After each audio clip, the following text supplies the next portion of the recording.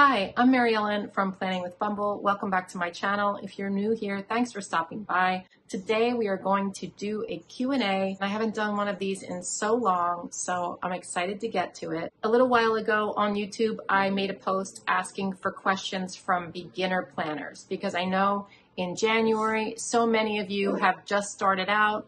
I just had to grab Bumble. This is my dog, if you didn't know. She's being loud in the background, so I'm going to hold her for a second. She is in desperate need of a haircut, really bad.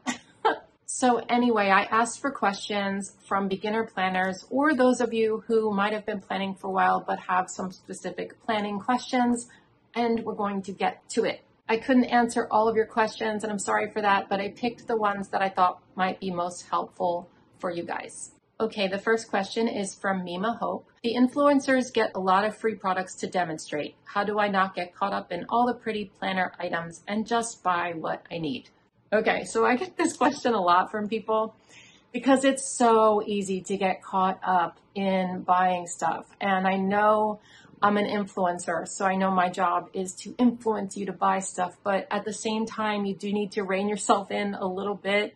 I know it's hard, at least for me. When I get very excited about a new hobby, I go all in and buy all the things. I want to caution you against this for a couple of reasons. First of all, if you buy too much in the beginning and then you change your way or your style of planning, you might buy stuff that you're not going to need later on or want later on. So I think what the best thing to do when you're just starting out is really kind of get a feel. Pick a couple of things that really appeal to you and you think you're going to use.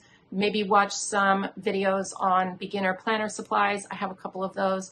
But then I think you should plan for a little while. I think you should just do it for a little bit. I know it's hard. I say this and I made that mistake. But if you do this for a while, you might discover that the things you want in the beginning, you don't want anymore. Once you discover your style, you know how much you want to put on the page, what you want to put on the page, how you want to letter or not letter, all these things, then you can decide, what do I actually need? I also always tell people, especially when it comes to sticker books, I recommend that you don't buy a sticker book unless you're looking at the stickers and think, I could use 80% of these stickers, because it's really hard to use a complete sticker book. But if you're using 80% of the stickers, I think it's worth it. If it's like 50% and you're looking at them thinking, I'm probably not going to use this page. Like, for example, I always say you can use teacher books when you're not teachers, and that's true. But if the teacher sticker book is mostly teacher related stickers, yes, you can modify them, but that might not be something that you want to purchase, and maybe choose something that is more suited for you. But honestly, try to be realistic. I know it's hard, and especially if you're new, you're not going to know what you need. And that's why I don't buy too much in the beginning, but try to be realistic when you're looking at stuff, thinking, how much am I actually going to use this? And if you're thinking, well, I'm not sure, just don't buy it. Also, only buy things that appeal to your style, that you really love. I buy all the things, but it's my job. So buy the ones that just kind of speak to your soul, that really excite you. Also, I'm getting a haircut in a little bit, so probably what is going to happen is I'm going to record some of this, get my haircut, and come back, and you can see my haircut. I'm getting a lot cut off. I think I'm getting it like up to here. Yeah. So in case that's interesting to you, I'm going to start out the video with long hair and end up with short hair. I haven't been too happy lately with my haircuts or my colors, so we'll see how that goes. Okay, I have a question from Nicole B. Jones. Decorating when you're not that creative. I think that what I've come to realize is that when it comes to planning, I have a lot of stickers, but I don't know what to do with them. Okay, let me answer this in a couple of ways. First off, everyone is creative. I know you don't think so. I know you think you're not creative. Everyone has creativity inside them. It doesn't matter if your creativity is different from somebody else's creativity. It's still creative. If you're putting stickers on paper, if you're making things interesting in your planner, you're being creative. So don't sell yourself short with that. Everyone has that little bit of creativity inside of them. Now, that being said, it takes practice. It takes a lot of practice. In fact, if I am on vacation or if I take some time off of planning and then I come back. I'm rusty, and that could only be a couple of weeks. And I get this question sometimes where people see me make the patron spreads, and I make, say, like 18, 20 spreads for the patrons in a month. And then in addition to my own spreads. I know it's a lot. And they always ask, how can you still come up with ideas? How can you still be creative with making all of those spreads? The reason is the more you do it, the more creative you become. And it sounds silly, but it really is true for me. The more I create, the better I get at creating. The easier the ideas flow. What is that called? It's like creative flow. They call it something, but I think Bumble wants to get down. For me, it is completely true. The more I create, the more ideas come to me. So if you're just starting out and you're thinking you're not creative, you don't know how to put the stickers on the paper, watch some videos, look on Instagram, and really just start doing it. Just start doing it. The more you practice, the better you will get, or the more you will like your spreads. It just gets easier as you go along. So try not to be too discouraged in the beginning. The next question is from Celeste Ransom, and she asks, how do you deal with planner guilt? August was a tough month for me, and I didn't use my journal planner at all. Ever since then, I can't get myself to journal at all. Seeing the empty pages where I did nothing kills my motivation, and I haven't gone back since. I'm hoping to start fresh in a new planner, but I don't want the same thing to happen again if I don't use it every week. There were some good answers to this question back on that post from several other people, and they said a couple of things that I would say as well. Number one, the first thought that came to my mind is to use an undated planner for your journal. That's what I do for my daily planner because there are some days or weeks where I skip the daily planning. And when I had a dated daily planner, I felt guilty, or I felt like I didn't like looking at all the blank pages. So that's the first thing I would recommend, is use an undated planner and just do it on the weeks you feel like it. You could also use a bullet journal and, just write in the dates yourself. No one is telling you you have to journal every day or every week. I know a lot of people on YouTube are like, here's my journal and I filled it out for the whole year. And I know I write in my journal a lot, but just having a journal is helpful when you need it. And sometimes you don't need it. Sometimes you need it more. And sometimes you need it, but you just don't feel like using it. And that's okay. There are so many other things to worry about in life than to get upset that you didn't use your planner or your journal or anything like that. I used to feel that way too, but I've kind of come to terms with that. And I try not to worry so much about little stuff like that because there's so many other things that are bigger to worry about. Another thing someone mentioned that I would also have said, so you guys are good, use a lot of stickers. If you have blank pages and you want to fill it up, say you don't want to get an undated one and you're already using a dated one, throw down some stickers and write really big on the weeks that you missed. If you don't want to see it blank, you could just put a lot of big stickers on the page and then write in something. And I do this. So anyway, I'm interrupting myself. Watch my flip through videos because some of the weeks when I don't write, I just write, couldn't do it this week, or I'll take like sassy quote stickers and write nope, and just journal one little tiny paragraph saying, I did not write in this week because of blah, blah, blah, or just couldn't do it, or whatever. That way, when you flip back through your journal at the end of the year, you'll realize why you didn't do it. And I think that will take some of the pressure off of you. The other thing you can do too is back planning. You can always go back in and look, say you have a journal and you also have a planner that you use. You can go into your planner and see what happened that week, and then just journal a little bit about what happened that week, or the weather, or current events even. You can go back and Google the news and find out what happened that week and write that in, or just write in some motivational quotes or put down some quote stickers. I guess try not to take it so seriously is my point. I used to be an all or nothing person. I still have that tendency.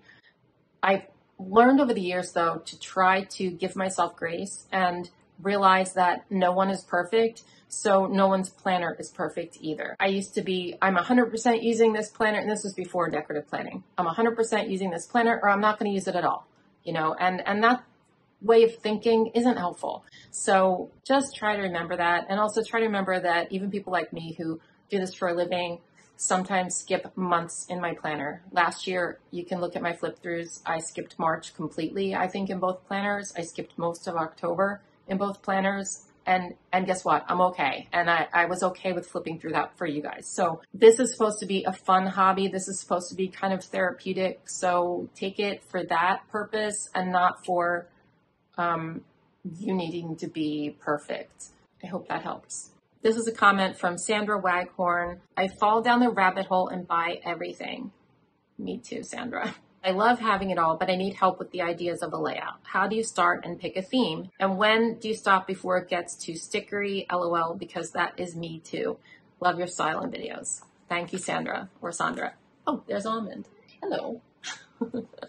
You don't see her very often. I have a video on how I get my inspiration, and I would suggest you watch that. I will link that for you because I get this question a lot. And that video is a little bit old, but it still applies. It's hard for me to answer that question because ideas do pop into my head. And like I said before, the more you do this, the more creative you will get. The more you practice, the more ideas you will have.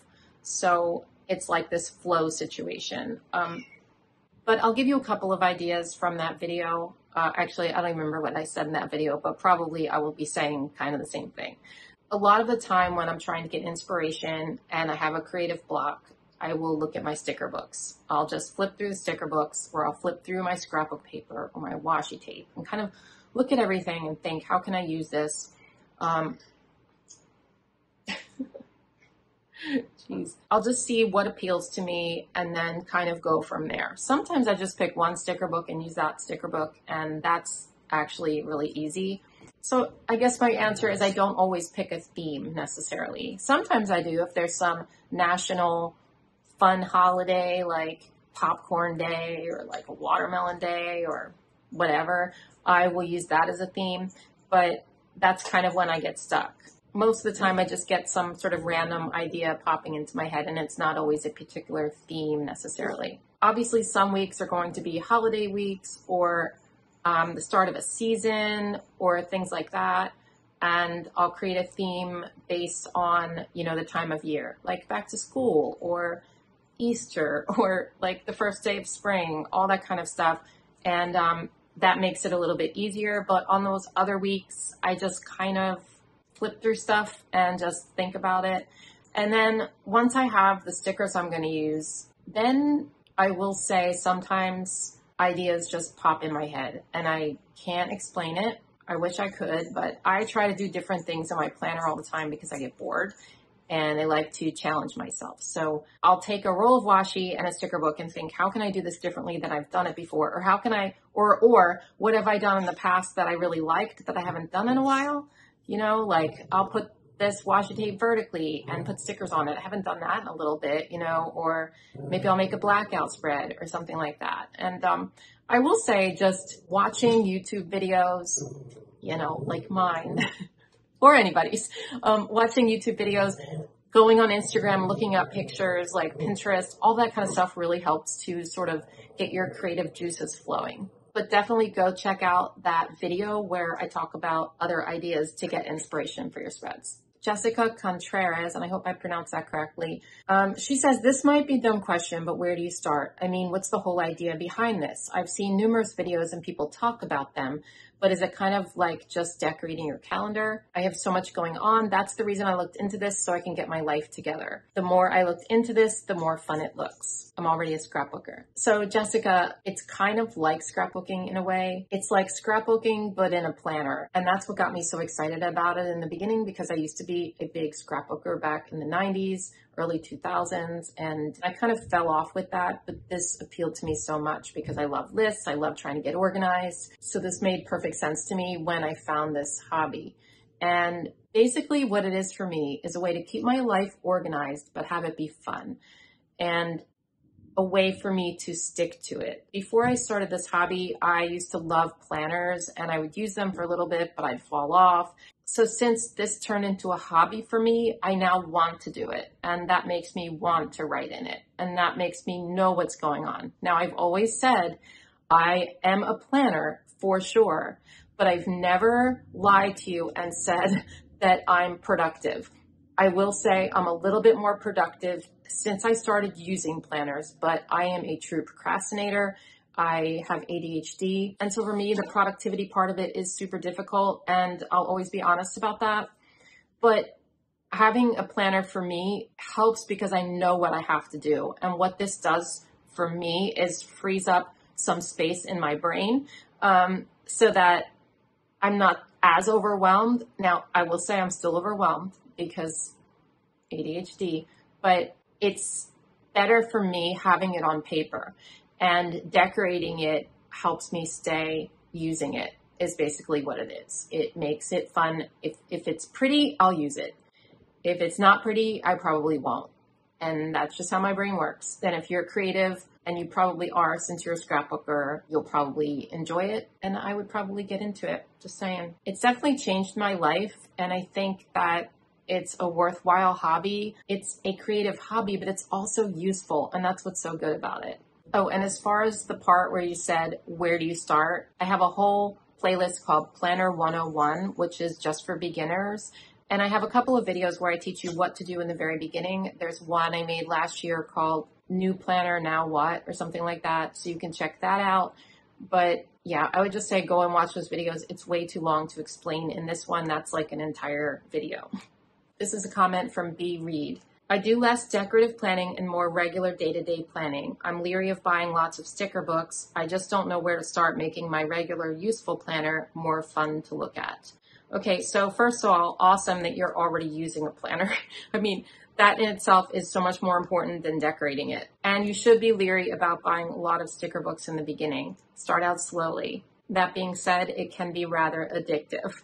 What I would suggest to you, if you're not sure if this is your thing or if you're just starting out and you don't want to buy a lot of stickers, I would say start with colored pens, maybe making some of the words bigger and more fun, little doodles, maybe get a few rolls of washi tape. They're pretty cheap, and just sort of separate sections with that. You could even go to like Dollar Tree or Five Below or Walmart or one of the stores and get some cheaper stickers to start, and just put some of those down, you know, some that appeal to you, and maybe see if you like the look of it in your planner, because it's not for everyone. I will say, some people just don't want to do it, or maybe they are so busy, there's not much space, and that's okay. You really don't even have to use a lot of stickers. You can just put a few here and there, just little tiny ones to make it more fun, like little icon stickers or something like that. It doesn't have to be all this, like it doesn't have to be this big, huge deal like I tend to make it. It really does not have to be that way. As long as, you know, you make it fun for you, that's really all that matters. You can get highlighters and highlight plans in different colors, which can also be really useful. You can put photos in your planner of something that went on that week, ticket stubs, like all that kind of stuff can be really fun to put in there. You can tape stuff in there. I mean, honestly, whatever really interests you, just stick some stuff in there and see how you like it, and then take it from there. Veronica J asks, what do you do with stickers you know you won't use, either stickers you don't like the look of or ones that don't apply to your life? So I have a problem with this because I keep them in the books. I like my books kind of intact, so I keep them in there. But I've been meaning to make a video on this because there's so many ideas I have for this. First of all, you can rip out the pages you don't want and give them to someone else. If you have 10 sticker books and there are all these pages that are like, you know, I can take them or leave them. Take them out, put them together, and give them to someone who is starting out planning, or a kid who likes stickers, you know, that kind of thing. For a while, I was taking out the pages that I didn't like or wouldn't use and sort of keeping them for a giveaway that I was going to do, but I never got around to it. That was a couple of years ago, and I forgot that I was doing it, and I stopped. I'll just be honest. One thing I do use them for sometimes is like rainbow spreads. So if you don't know what a rainbow spread is, it's basically each day of the week is a different color of the rainbow, and all the stickers on that particular day are going to be the same color. So when I'm doing a rainbow spread, sometimes I'll do these like tiny little stickers and put them around, and I'll take the ones that I don't like that much or that are super functional that I always forget to use or something, and I'll put them in there because it matches the color. You can also make mosaics, which is really cool, and I've been meaning to do for a while. Another idea that I had, and actually I think I'm going to do a video on this soon because I've been meaning to do this. Take a lot of the stickers you don't like and put them into one spread. Like, challenge yourself to make an ugly spread. I think it could be really fun, and it would help you kind of use up those stickers. I don't know. I always thought that would be kind of cool. Another idea I had is if the stickers are bigger, you can cut parts of them out to make other things. Like, say you have a giant unicorn sticker and you're like, I hate unicorns, right? The middle, say it's like a pink unicorn, and the middle of that unicorn, like the body, is pink. So you can cut that unicorn up. You don't have to use it for a unicorn. You can take parts of that and make it into washi strips or bullet points or something like that. So don't be afraid to cut up your stickers to make them what you need them to be. If you think a sticker is not functional for you, say it's like, it doesn't apply to you. Say it's like, I don't know, say you have a house cleaner, but there's all of these stickers that say scrub your shower or something. You can kind of, I don't know, you can sort of get like snarky with it. Like, you could put the scrub your shower sticker in there and put an arrow to it and go, haha, I don't have to do that. I have a house cleaner. You know what I mean? Like, things like that. There really are ways to use almost every sticker. You just have to kind of think outside the box. But honestly, if you really can't stand them or you just will not use them, then definitely give them away. Try not to throw them away, because there's always somebody out there who doesn't have enough money to purchase stickers, or has a kid who loves stickers, but you know, they don't have any to give them. You know what I mean? Like, kids love stickers. Toddlers don't care what they look like, right? They'll just put them all over themselves. Page Dial asks, I can't recall, do you mix clear stickers with paper stickers or keep them separate on a spread? Well, besides quotes, I guess. Mix them or keep them separate. It doesn't matter. There's not much difference between the clear and the paper stickers except for the obvious. The only difference really is when you put the clear ones on the page, they're a little more opaque. They're a little brighter in color than the paper ones. I use both interchangeably. I don't even really pay attention to that. You do you, and put whatever stickers you want on the page, regardless of the kind of stickers they are, I guess. That's what I do anyway. So April asks, I haven't decorated my planner since October. I was doing it for almost 2 years. It's just been a struggle. What tips do you have? I guess I have planner funk. I kind of touched on this a little bit before, but let me just preface this by saying you don't have to do it. If you're not feeling it, you don't have to do anything. You don't have to do it. But my advice to you, if you do want to get back into your planner, if it's something you really enjoy and something you'd like to do, what I would suggest, and this is what I do when I step outside my planner for a little bit, and sometimes even I don't feel like getting back into my planner. I'll be honest with you. Like last March when I took the whole month off and I started planning in April, I was like, I don't really want to do it. But what I do when I'm in a planner funk is get really big stickers. If they're big stickers, you can just put a few down on the page without it taking up too much time to decorate. So if I'm feeling busy or uninspired or don't feel like doing it, that's what I do. I'll take like the big Mamby sticks from Joann, or like I'll take just some of the larger sticker books that have the big stickers in them and put a few stickers on the page. And then I'll write in it that week. From there, you might get inspired to do a little bit more. Another thing you can do, honestly, is just decorate a little bit. So there's two schools of thought. You know, you can use the big stickers and have a big decorative spread, or you can just start in slow and put a couple of bullet points or icons or like a little washi tape. And don't force yourself to be so decorative, or, you know, just try not to be perfectionistic about it. Sometimes the only way to get back into something is just do it and not care so much about what it looks like, or not pressure yourself to make something really cute. Like, just throw something down and be okay with it, you know? And that's sort of what I do when I get back into it. Another tip I have for you, and I have a video on like how to be consistent in your planner. One of the things that I mentioned is to have a specific time every week where you sit down and you decorate. I don't do that anymore. I used to decorate Sunday nights. I just do it when I have time, but I'm consistent with it because it's my job and I need to be kind of like, I think that if it wasn't my job, I would have trouble too sticking to it. And if you set aside a certain time every week, and it doesn't have to be exactly the same because we've got stuff going on, but say you're like, okay, Saturday mornings when I sit and have my coffee, I'm just going to, decorate my planner for the week and start filling it out Saturday or Sunday or whatever. And that way it kind of becomes a habit and it's more ingrained in you. Like, okay, now it's time to sit down and do this, Another thing I would recommend too, if you're having trouble writing in it, is leave it out on your desk open if you have a desk, or your kitchen counter or whatever. Just leave it out someplace where you're going to see it. And that way you're more likely to use it if it's out. If it's put away or if it's in your purse or whatever, you might not really do it. But if it's out and you see it, at least for me, I need visual reminders of stuff, so that helps me. And also, no guilt. Please don't guilt yourself about it. Honestly, it's just a hobby. I can't stress this enough.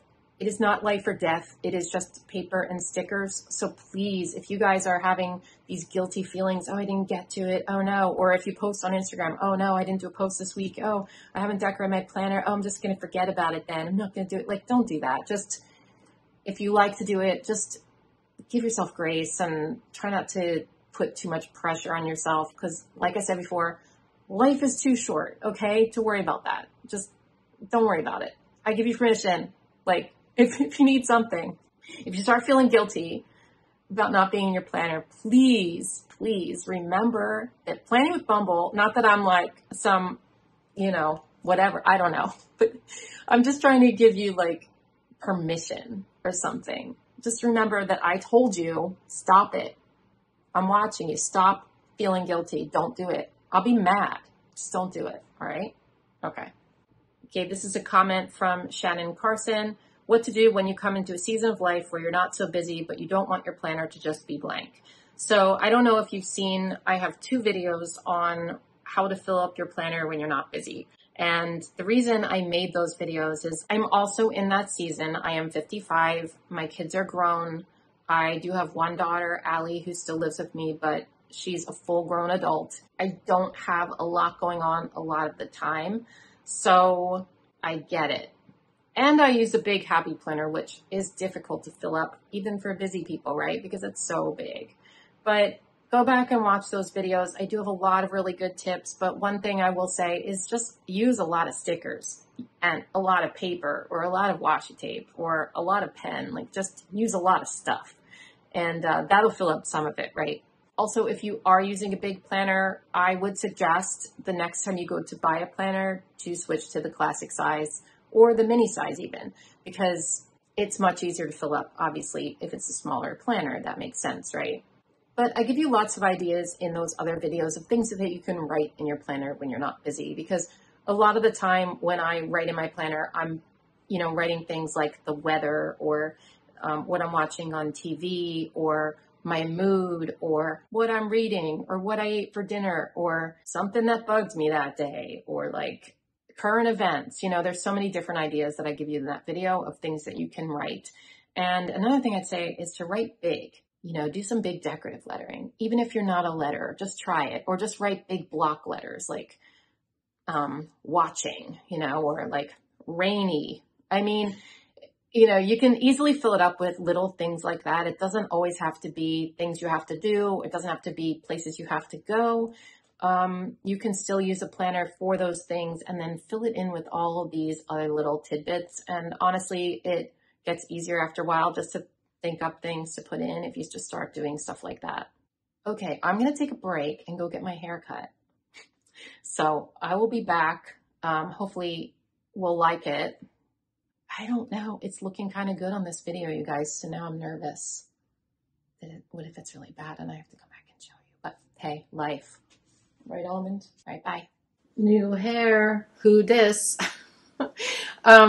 It's short. Yeah, I don't know how I feel about it yet. It's short, but it was feeling just like it was dragging me down. So every once in a while I do this and I'm unsure. I feel like it's going to be healthier. So we're just going to go with this.